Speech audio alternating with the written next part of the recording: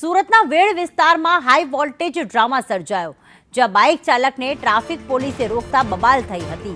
આ યુવકે હેલ્મેટ નહોતું પહેર્યું, પોલીસે તેને રોક્યો અને માથાકૂટ સર્જાઈ। યુવકે પોલીસને વર્દી અને પટ્ટા ઉતારી દેવાની ધમકી પણ આપી। ધમકી આપી યુવકે પોલીસ જવાનોનો વિડીયો ઉતાર્યો હતો।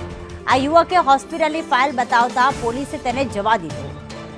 મનીષ અમારી સાથે જોડાઈ ગયા છે। મનીષ, હેલ્મેટ પહેરવું ફરજિયાત છે, પરંતુ જ્યારે ટ્રાફિક પોલીસ રોકે છે ત્યારે કેટલાક વાહન ચાલકો આ રીતે દાદાગીરી પણ કરતા હોય છે। આખી ઘટના કઈ રીતે બની?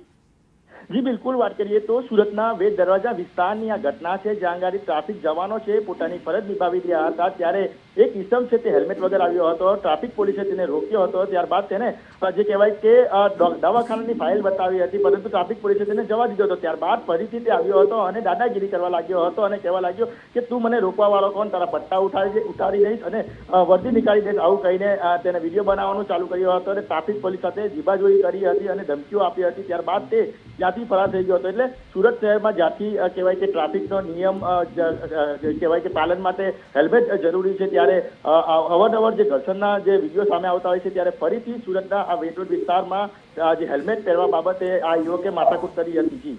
આભાર મનીષ તમામ વિગતો માટે।